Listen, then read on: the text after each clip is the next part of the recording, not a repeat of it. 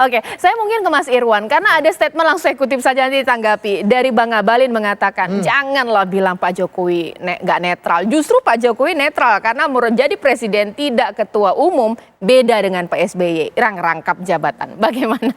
Iya itu sebenarnya kan pepatah sederhana Mbak Dika itu ada asap ada api. Oke. Ya ini kan sekarang ribut-ribut mengenai tidak netralnya Pak Jokowi sebagai presiden.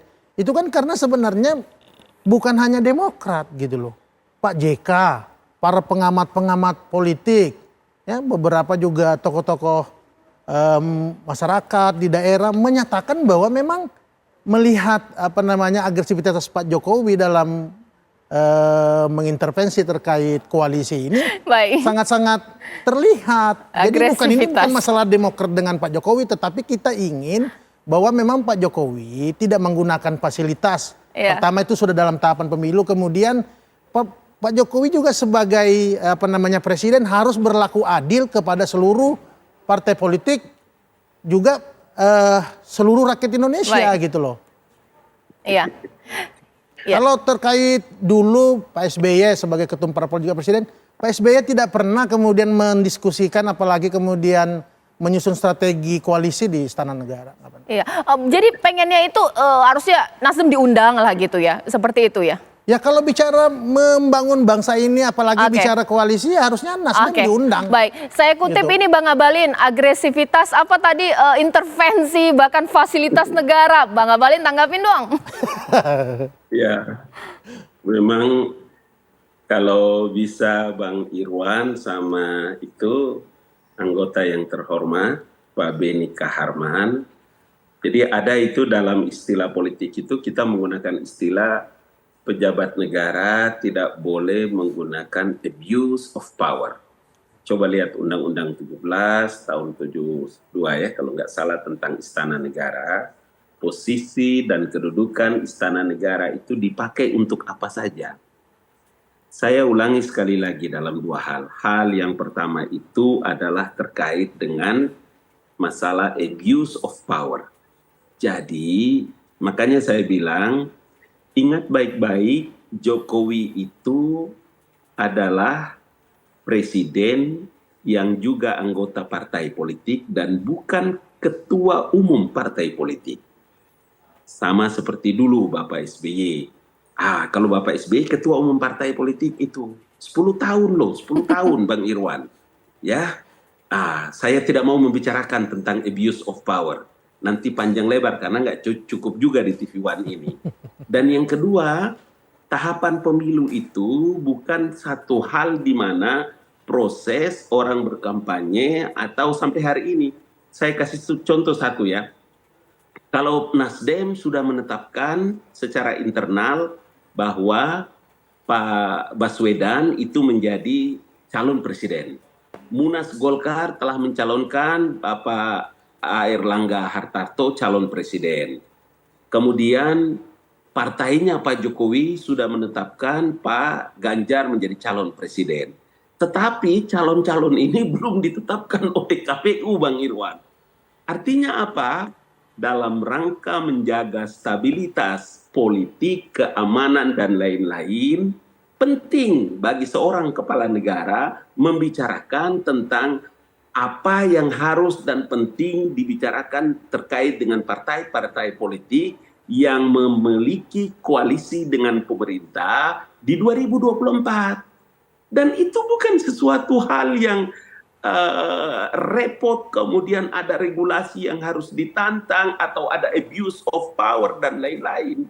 Disinilah yang menurut saya penting kita diskusikan Bang Irwan di TV One agar kita memberikan pembelajaran kepada masyarakat, termasuk kepada para pejabat yang memiliki kewenangan di pemilu akan datang. Karena kita ada Bawaslu, ada KPU, ada masyarakat, ada media sosial, dan lain-lain sebagainya.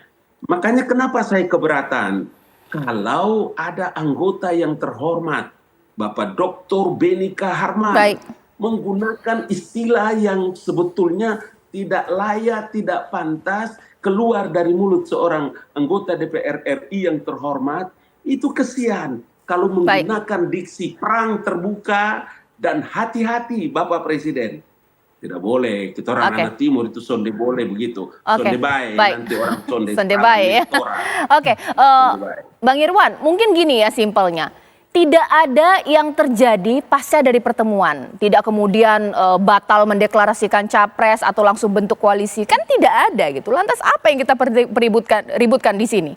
Ya tapi kan kalau tidak ada itu bukan berarti kemudian agenda pertemuan di Istana Negara itu tidak ada. Maksudnya ada agenda gitu? Loh, saya pikir kan Pak Jokowi sendiri jelas sekali mengatakan bahwa tidak mengundang Nasdem karena Nasdem sudah ada koalisi sendiri gitu loh. Nah kemudian pasca itu kan ada beberapa komunikasi politik antar partai dari koalisi pemerintah ke koalisi perubahan dan persatuan gitu loh. Jadi kalaupun sekarang belum ada yang berhasil, itu bukan kemudian menghilangkan fakta bahwa memang Pak Jokowi sudah seharusnya, sebagai tadi dikatakan Bang Ngabalin itu pembina politik, ya kalau memang untuk memastikan stabilitas politik dengan adanya pemilu 2024 ini, ya saya pikir komunikasi antar parpol seluruhnya juga bisa dibangun. Karena bagaimanapun oposisi menurut saya juga berhak mendapat perlindungan dari presiden gitu. Ya, Bang Ngabalin mungkin begini simpelnya, singkat saja. Secara aturan tidak ada yang dilanggar, tapi bagaimana dengan etika politik mengingat partai-partai ini kan lagi mencari pola untuk berkoalisi untuk Pilpres 2024. Bagaimana Bang Ngabalin? Ya, ini sebelum masuk ke persoalan etika, kita bicara tentang masalah, orang bicara tentang netralitas. Netralitas itu coba lihat itu di kamus besar bahasa Indonesia. Apa itu netralitas itu? Supaya jangan dipakai kalimat-kalimat yang nanti penonton lihat kita punya diskusi dianggap kita tidak mengerti. Netral, kata-kata netral.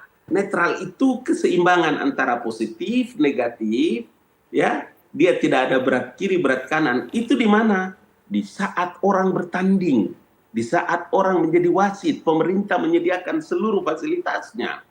Supaya kita tidak dengan sembrono mendekatkan kata istilah netralitas sebagai sosok seorang Presiden Joko Widodo.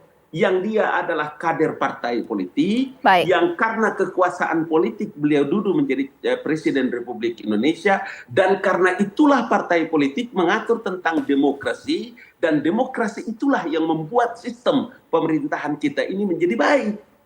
Di mana posisinya itu perkara.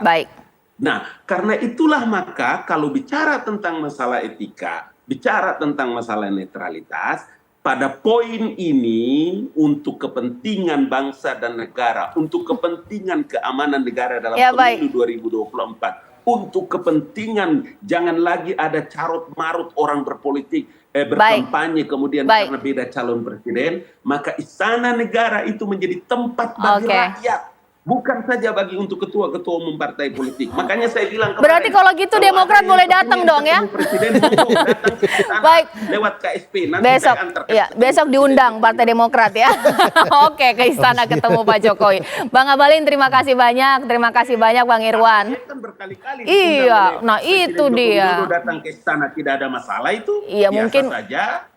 Nanti Nanti kita tunggulah bagaimana pertemuan lagi. Mungkin bersama dengan Pak Anies boleh juga bertemu ya. Singkat. Kami cuma memang bahwa ini kan sebenarnya bukan bicara kebencian, tetapi kecintaan kita juga pada presiden. Presiden milik rakyat Indonesia. Kami ingin presiden betul-betul berdiri ya sebagai pemimpin bangsa terhadap seluruh parpol dan membiarkan kontestasi Pilpres ini berjalan dengan baik, aman, adil gitu.